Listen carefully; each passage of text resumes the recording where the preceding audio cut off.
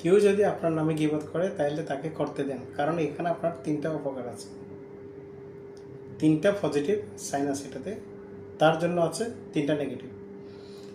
প্রথমটা হচ্ছে কি, আমার ভালোটা কি, সে গীবত করুক, সে আমার নামে সমালোচনা করুক, তার ওই সমালোচনা থেকে কিন্তু আমার উপকার আছে। কি ফার্স্ট হচ্ছে কি, আমার গুনাহ মাপ, কারণ আপনারা জানেন ইসলামের মধ্যে যদি আমার নামে কেউ যদি গীবত করে, সমালোচনা করে, তাহলে আমার গুনাহ মাপ। দুই, তার সমালোচনার মধ্যে দিয়ে যদি আমার কোনো নেগেটিভিটি থাকে সেটা আমি শুধরাতে পারবো, 2 নাম্বার। 3 নাম্বার হচ্ছে কি, আমার প্রচারণা।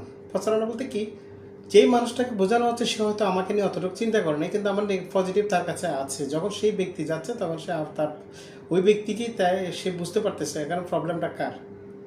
হ্যাঁ, এটাতে আমি আরও ক্লিয়ার হয়ে যাচ্ছি। আর তার মধ্যে যে প্রবলেম সেটা হচ্ছে কি, ফার্স্ট হচ্ছে কি তার গুনাহ পাল্লা বাড়ে। সেকেন্ড নাম্বার হচ্ছে যে সে এটার পিছনে লেগে থাকার কারণে তার যথেষ্ট পরিমাণ সময় ব্যয়, কিন্তু প্রচুর পরিমাণ তার সময় ব্যয়। 3 নাম্বার যেটা হচ্ছে কি, সে সবার কাছে কিন্তু ভালো হতে পারতেছে না, কারণ সে যখন সমালোচনা করতে যায়, গীবত করতে যায়, তখন ওই ব্যক্তি কিন্তু তাকে নেগেটিভভাবে নিচ্ছে, কিন্তু এটা সে বুঝতে পারে না।